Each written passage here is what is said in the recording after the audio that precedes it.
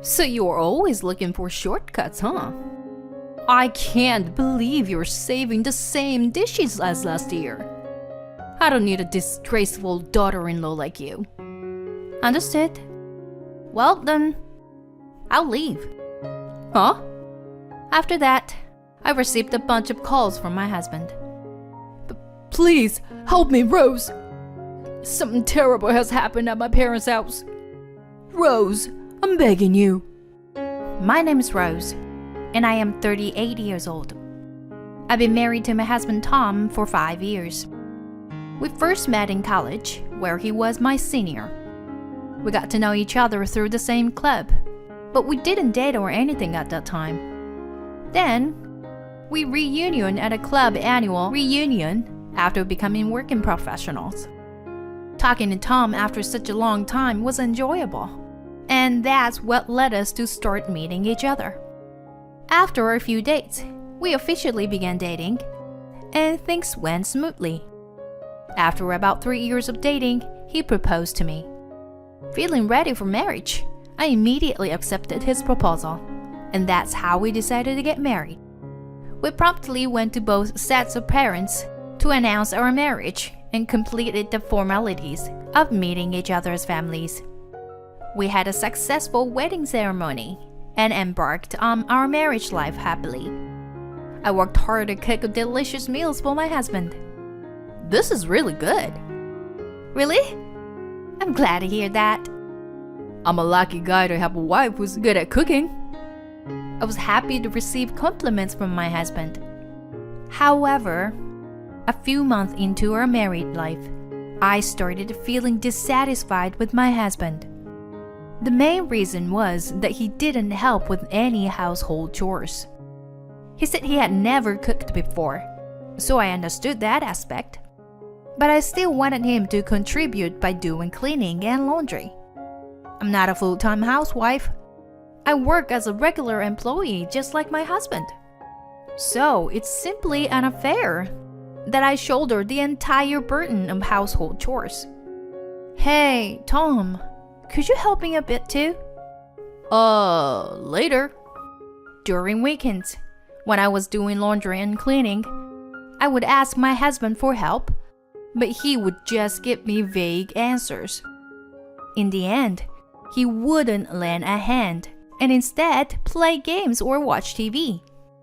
At first, I enjoyed the excitement of being married, but gradually, I became frustrated with being the one burdened with all the responsibilities. However, I believed that married life required compromise, and not everything would go my way. I thought it was something I could work on. Of course, I didn't immediately conclude that divorce was the answer. I'm sure there are aspects where my husband finds me unpleasant as well. Blaming the other person entirely didn't seem right. So I said to my husband, "Please tell me openly about my shortcomings. I'll do my best too." Huh? Yeah, okay. My husband's response seemed nonchalant, but I was careful not to outright dismiss him. However, there were still things that I couldn't accept. It had to do with the presence of my mother-in-law. It seemed like my mother-in-law didn't like me. From the first time I visited my in-law's house after getting married, I was met with cold attitudes. "I don't approve of you. You're trying to deceive Tom. You despicable woman." When I was asked to help serve tea, and we were alone in the kitchen, my mother-in-law would say such things. I was taken aback by the sudden insults. "You look so clumsy. Don't you dare cause any trouble for Tom, okay?" My mother-in-law would hurl harsh words at me like that. But when we went to the living room where my husband and father-in-law were, she would suddenly put on a smiling face. "Come on, let's all have some tea and snacks." I witnessed this switching between my mother-in-law's two-faced behavior, and it terrified me.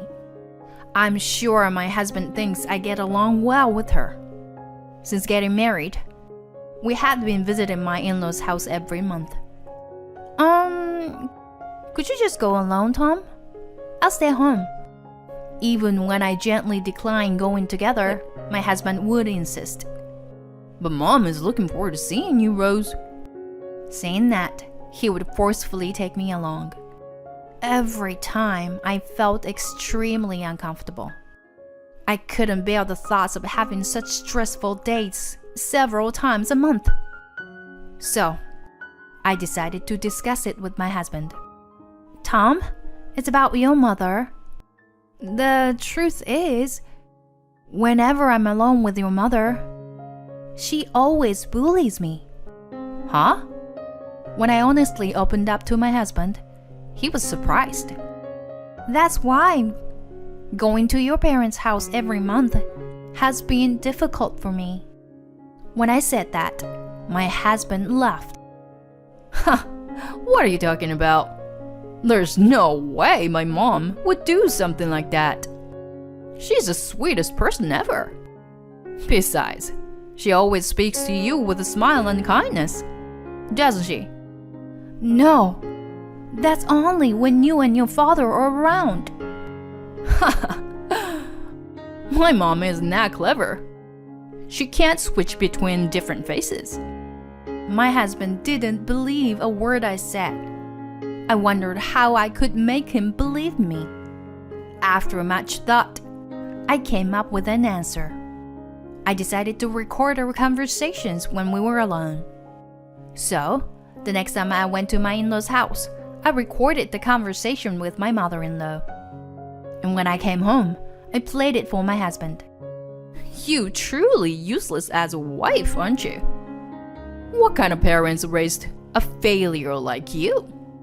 Tom is really pitiful. My husband listened intently to the voice recording from my phone. Do you believe me now? Whenever we're alone, your mother always says horrible things to me like this. There was a brief silence from my husband. I thought he must be shocked to discover his mother's true nature. But to my surprise, my husband made a startling statement. When did you create such a worthless thing? There's no way Mom would say such terrible things. You must have fabricated and prepared fake audio with lies, right? What? Why would I need to do something like that? Then are you saying that Mom actually said those awful things? I've been saying that from the beginning. Stop messing around. I never thought you could stoop so low. Even if you dislike my mom, making up such lies is unforgivable. Why? Why would I lie about this? Shut up. My husband never believed anything I said. I was thoroughly disillusioned with him. And at that moment, it became clear to me that he was a mama's boy. He would not protect me. I thought back to our first Christmas together, and it was the same. Although not overtly, my mother-in-law would bad-mouth me to the relatives. Rose isn't good at housework. She can't do anything without my guidance every time. She had a smile on her face, but she clearly expressed that I was an incompetent wife. I looked at my husband, hoping for support, but he just laughed along with the relatives without defending me. And even when I had evidence like this, my husband sided with his mother instead of me. I was utterly bewildered. I thought that it might be impossible to go on like this. And finally, I began considering divorce from my husband. However, at that time, my work was incredibly busy, and it would be difficult to deal with a divorce amidst everything. There would be a lot to do, such as moving and relocating. So, quietly, I decided that I would divorce him after my work settled down next year. But during that time, an unexpected event occurred.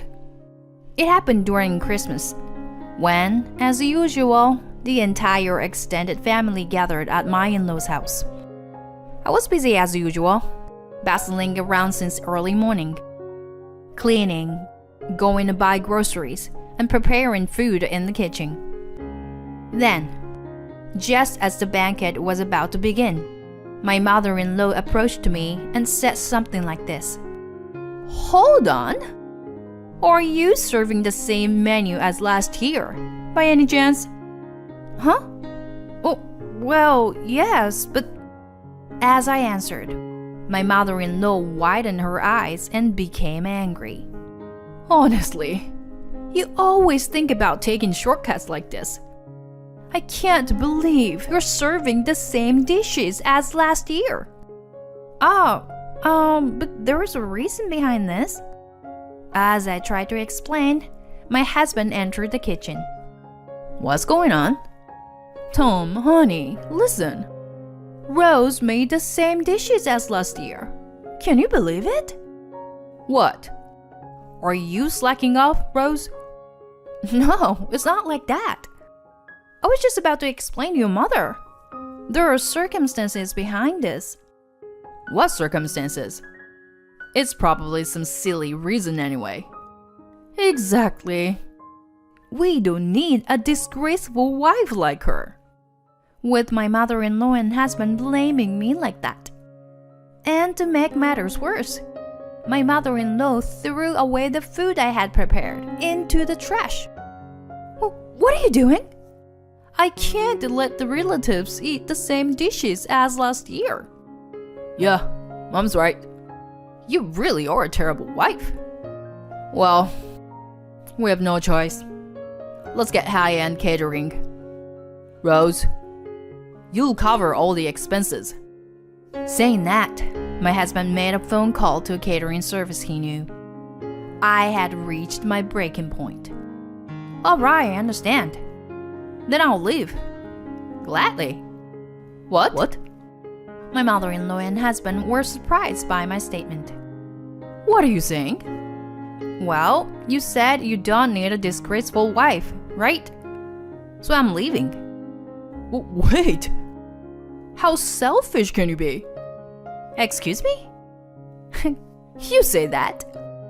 I've had enough. I can't go on with you anymore. I'm getting a divorce." "Hold on a minute. I won't accept that." "Whether you accept it or not doesn't matter to me.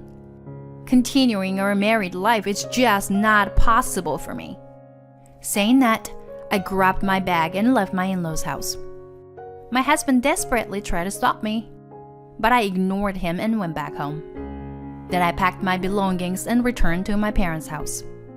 My parents were surprised to see me, but became exasperated after hearing the situation. After that, I had a meal of my mother's cooking, which I hadn't had in a long time. Indeed, my mother's cooking was delicious. I had learned it before getting married, and used to make it at my in-laws as well. Even though I thought I was doing decently on my own, I couldn't compare to my mother. While contemplating such thoughts, I spent a relaxed year-end with my parents. Afterward, I received repeated phone calls from my husband. Ignoring them didn't stop him, so I reluctantly answered the call. "Hello? Help me, Rose." "Something terrible happened, huh?" I knew it. I had already anticipated that something like this would happen. "It's because you threw away my cooking, isn't it?" "Yeah, that's it.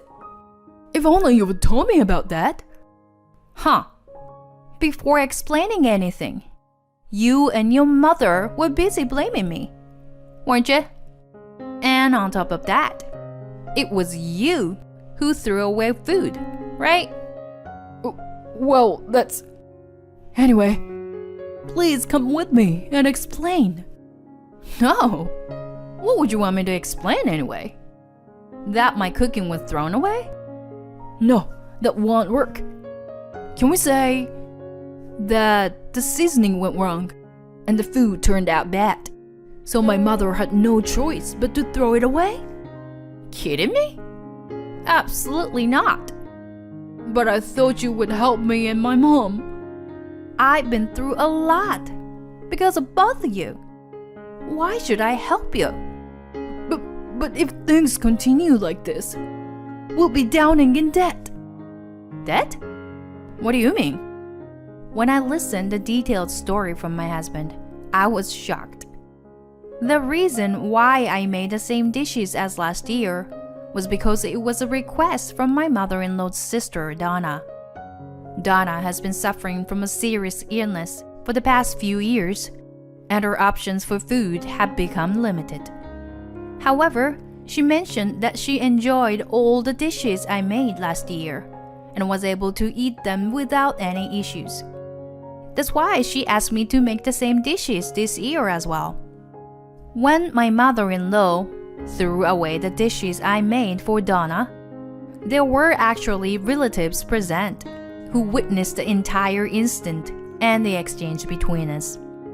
It seems that Donna got wind of the whole series of events. She was furious when she learned the truth and immediately confronted my mother-in-law. She also disclosed something to my father-in-law.